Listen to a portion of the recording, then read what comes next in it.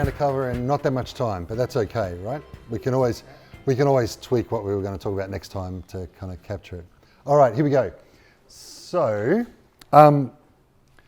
let's look at those, particularly the first two sections in a bit more detail because they're crucial, okay? So phase 1 of the catechumenate, which is what we're going to look at now, pre-catechumenate or evangelisation. Sorry, let me get my terminology more accurate. Phase 1 of the RCIA process, pre-catechumenate or evangelisation. And then we'll also try and spend a little bit of time looking at stage 2 as well. Let's just unpack that just a little bit, okay?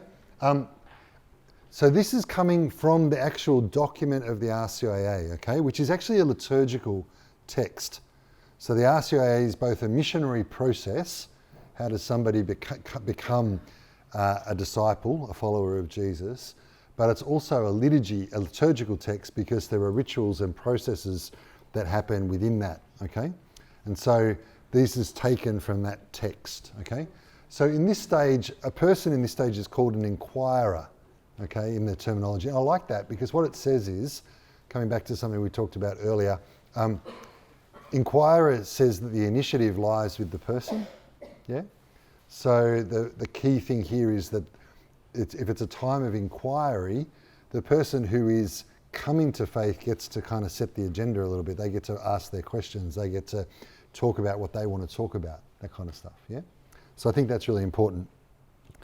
And as we talked before, so that document from Vatican II, witness, dialogue and presence in charity, okay? So I touched on some of that earlier, the importance of witness. It ought to be that we as a church look different enough that people are curious about it, that people are kind of saying, what is it about them that makes them tick that way? Where's the joy that I see in them come from?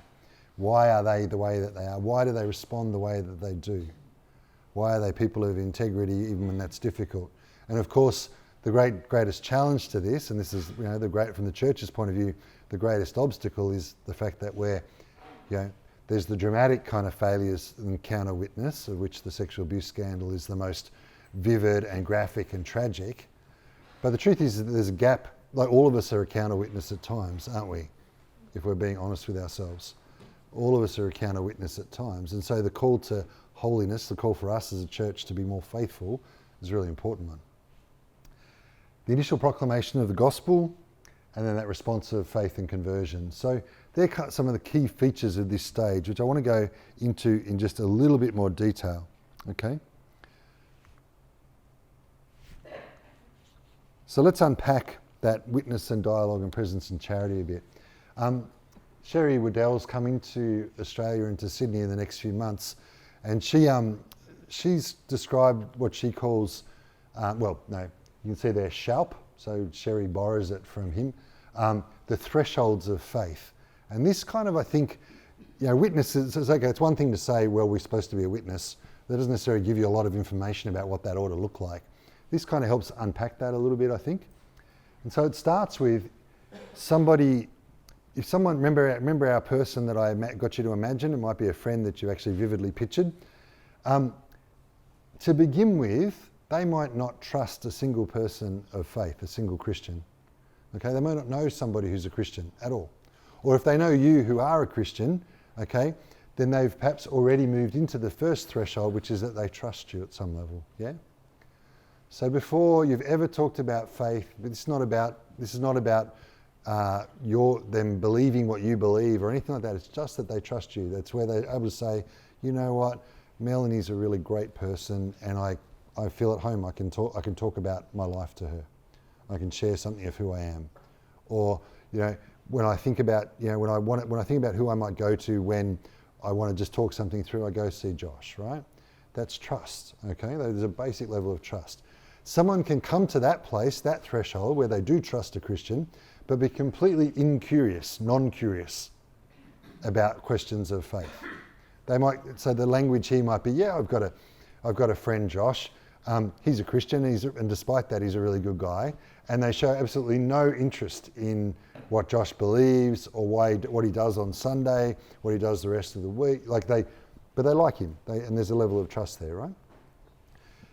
It's another thing again, and this comes back to that earlier point, which is when they actually start saying, when Josh was going through that really difficult moment, or when Mary was experiencing that, you know, the way she responded with compassion and integrity, that struck me. There's something different about that. If it was me, I would have done it differently.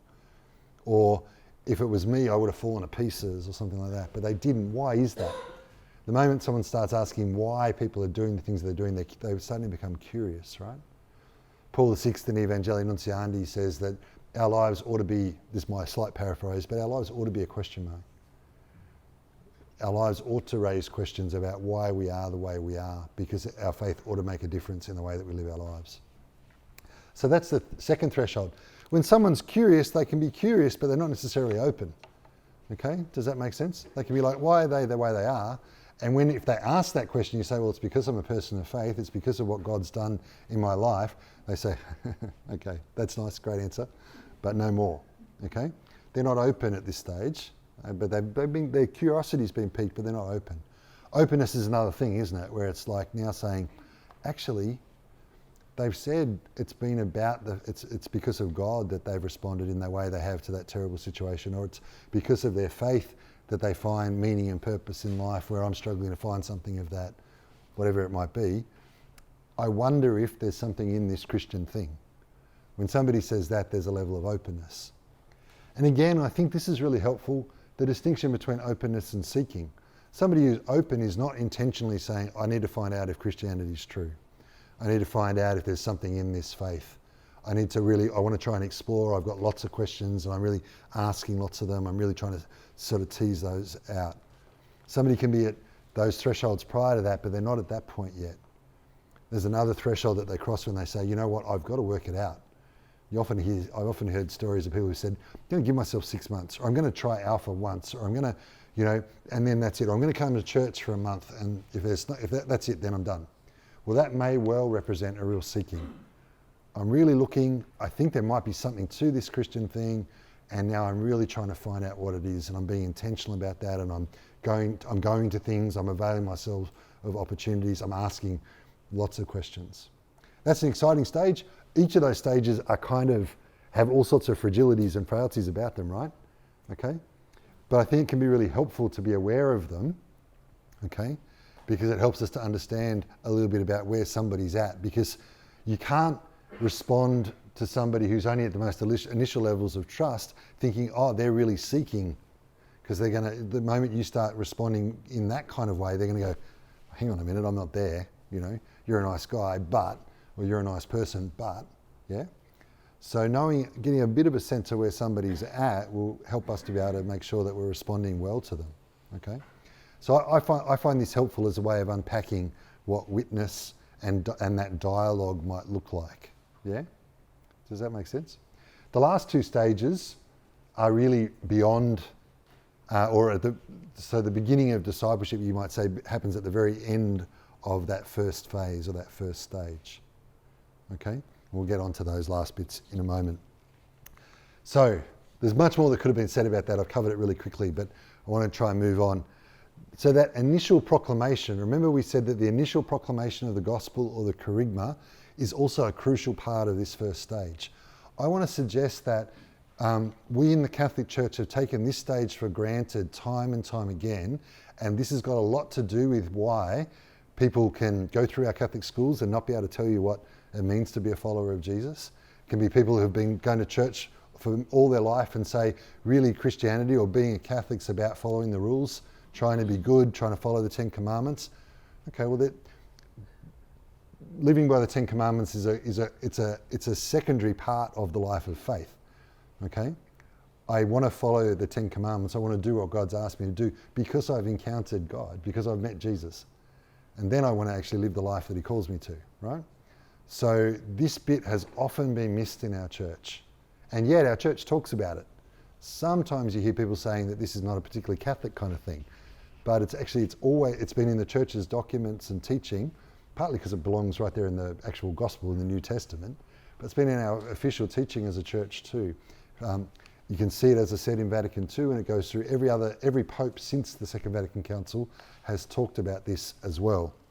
So here's Pope Francis. EG is Evangelii Gaudium, number 164. Pope Francis is really his first statement as Pope, we might say. Okay? This is his version of the kerygma. Jesus Christ loves you, he gave his life to save you. Now he's living at your side every day to enlighten, strengthen and free you. Okay? Classic Pope Francis in that it's really simple, it gets right to the heart of it.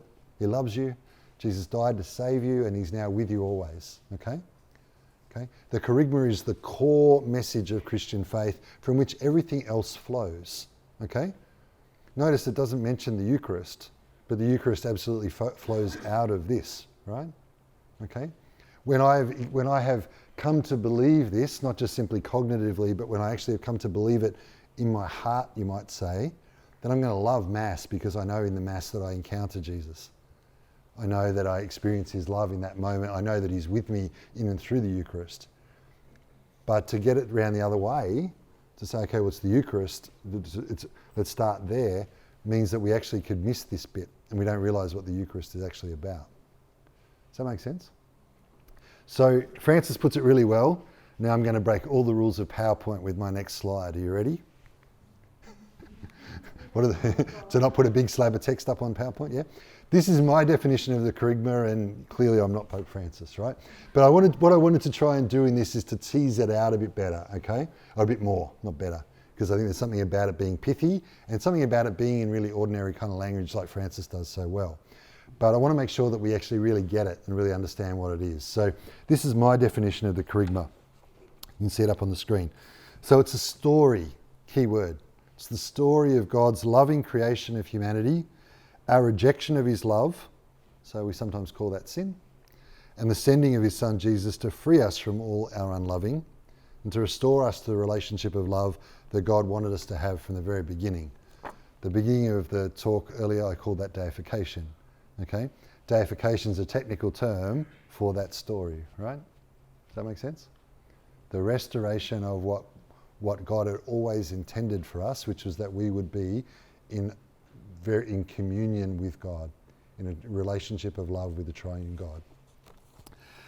It's through the gift of the Holy Spirit that this doesn't just remain at the level of a theory or an idea, but becomes the living truth of my life, becomes personal knowledge or real knowledge.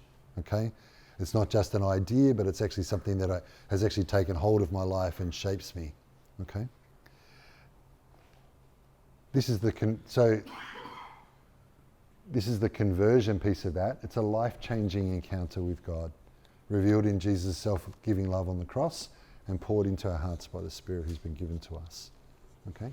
So that's my kind of definition, as it were, of the kerygma. It's got to include some key elements. It's got to include God's original intention was for us to be drawn into a relationship of love with God. That in some way or another, that's a restoration through the forgiveness of our sins, but it's also bringing us into a new life with God. That's sharing in the very divine life of love. And it's got to be something, it's the kind of knowledge that we sometimes might say is an experiential knowledge or a personal knowledge.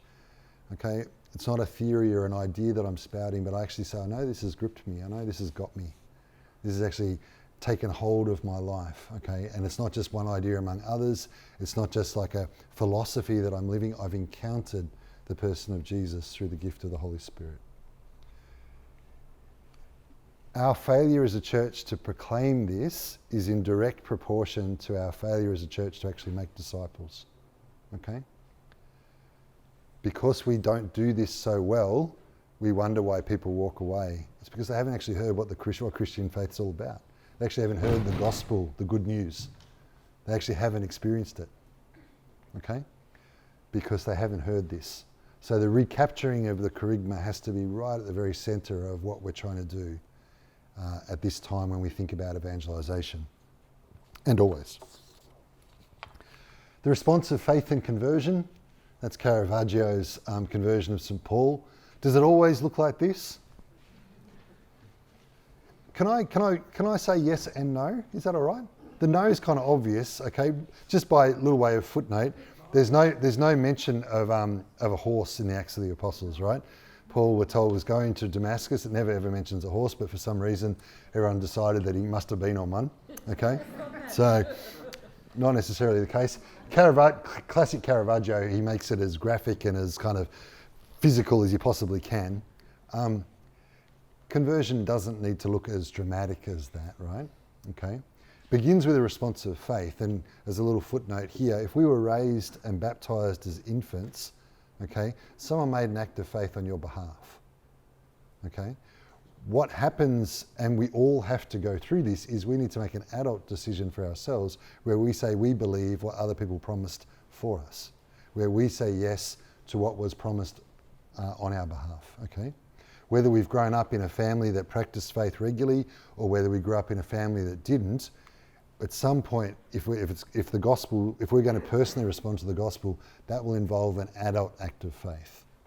That will mature and grow over time, but that's required. The conversion piece, when I said that it doesn't have to look as dramatic as the picture, and yet it does mean, so the dramatic bit might be it's not necessarily instantaneous. Okay, it can be, and I think conversion is always a process, and we'll talk about this the next time we meet. Always a process, and yet you should also be able to say, I am different because of my encounter with the risen Jesus. I know I have changed because of my encounter with the risen Lord. I know I'm changing too, that process isn't over, but I know that I can point to life before Jesus was at the very center of my life and life afterwards, okay? And that conversion time period, however long that looks, whatever, and it will always be a process, okay? Okay, Paul's conversion, okay, the moment we talk about on that road to Damascus was preceded by something, and he went off for 15 years to Arabia afterwards. It was a process, right? Okay, it was a process. But you ought to be able to say, you know, in the words of Amazing Grace, I once was lost, but now I'm found. Once was blind, but now I see. It's not to say that you can't also say, as I can, I've always had faith at some level, and yet the difference between faith at some level and Jesus being at the very center of my life, and I'm ordering my life and priorities around him, that's a different thing. Can you hear the difference? That matters. That absolutely matters. Okay. All right. As the process goes on, my slide got a bit munched there. Sorry about that. Okay. As the process goes on, the next step is a rite of acceptance into the catechumenate. Here are the criteria of initial conversion. So the idea here is that you shouldn't move from stage one, or somebody shouldn't move from stage one in the RCIA process into stage two until these things can be discerned. That they've received a taste of God's love for them personally. They've begun to pray a little bit. They've got an initial sense of the Christian community. They want to learn more and grow in faith, and they've started to live a life of goodness. So back to my kind of typical RCIA situation where someone knocks on the door and says, I'm getting married to a Catholic father, so I'd like to become a Catholic too. And we bring them straight into stage two. But these things may not be there. And that's not that, you know, we're doing them the disservice. It's okay for them to come and say, I'm getting married to a Catholic and that means I want to become a Catholic. We say, great, beautiful. We want to take you on a journey where you actually really come to say, I now want to become a Catholic because I've met God. I've encountered the Lord Jesus. So what should happen there is that when someone knocks on the door and says, I want to become a Catholic because I'm marrying into a Catholic family, you say, wonderful, and you do the things of stage one with them.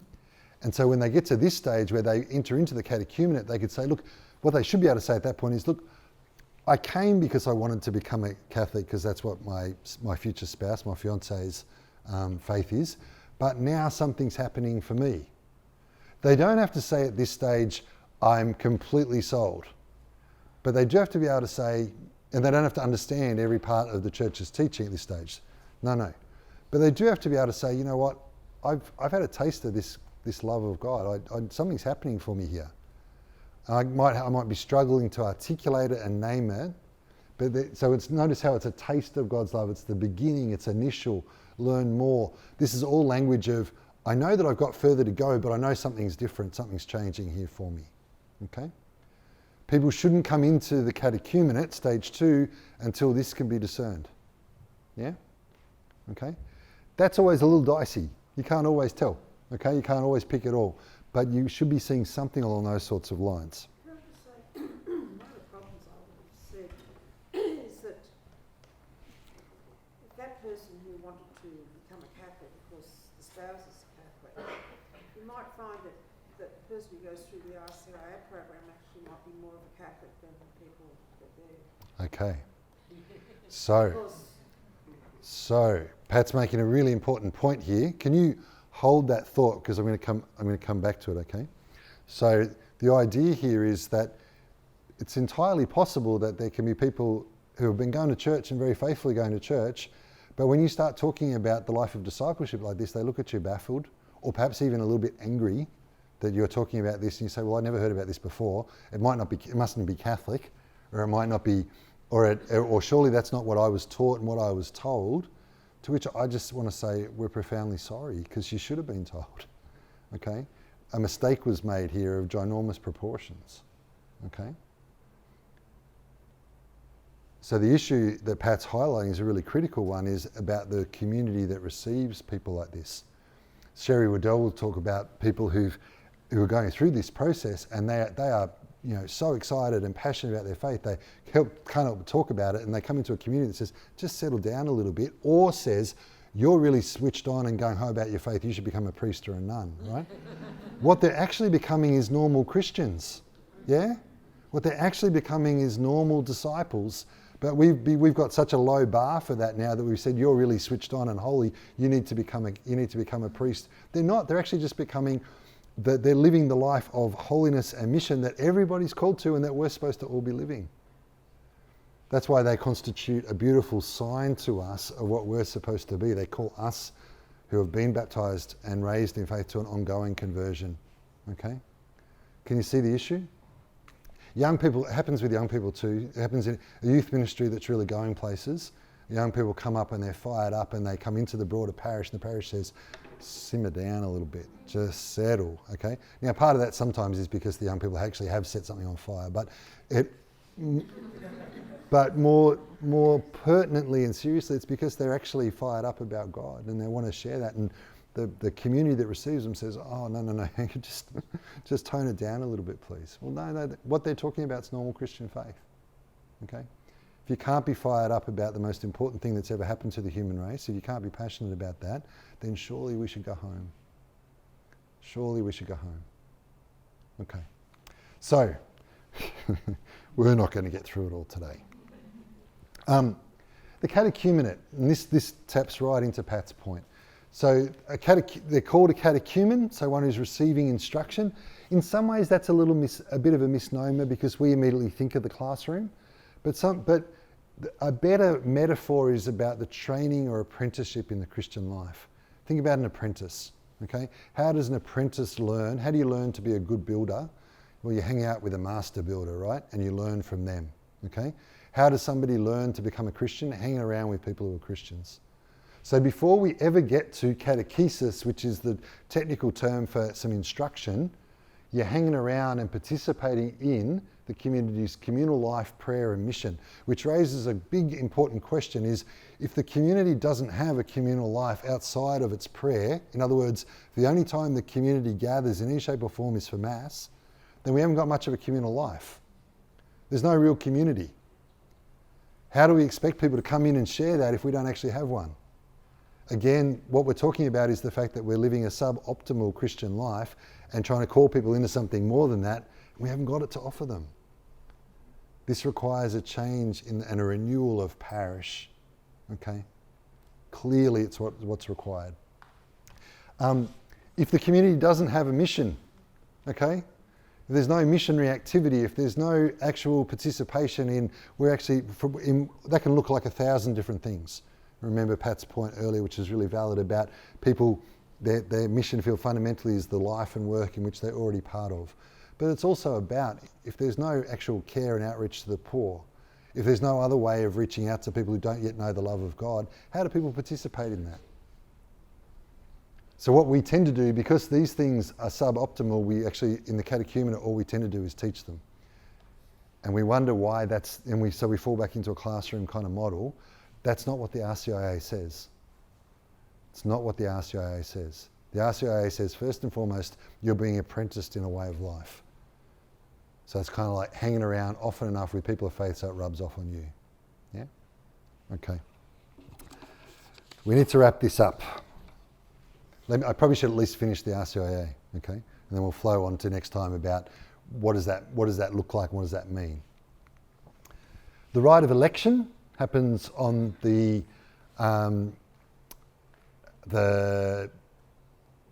first Sunday of Lent. Sorry, I had a little brain fade there for a second. The first Sunday of Lent, the rite of election happens in the cathedral. People from all over the diocese come for a liturgy where the people who've been catechumens now become the elect. Okay, and then so that leads into the third stage, which is for the period of Lent, sometimes called the period of purification and enlightenment. We're told that it's supposed to be a time of intense spiritual preparation. Okay. This is with a view to being baptised at Easter. The people who put their hands up for the rite of election are saying, we want to be baptised this Easter. Okay? If they're not ready for that yet, you don't actually do the rite of election with them. Okay? The catechumenate doesn't have to happen in a year, or it doesn't have to, everybody who's in the catechumenate at this time doesn't have to be baptised at this Easter. Okay? It's when they're ready. Okay? We can talk about that readiness at another time perhaps. There's rituals that happen on the third, fourth and fifth Sundays of Lent. The Creed and the Lord's Prayer is presented to them. There's a beautiful rich history about that we don't have time to go into now, but that's that third stage. This is the period of final preparation before initiation, usually at the Easter Vigil. Okay, Easter Vigil is kind of the time where the church says most clearly this is the spot where people ought to be baptised. Doesn't not absolutely have to be, but ought to be.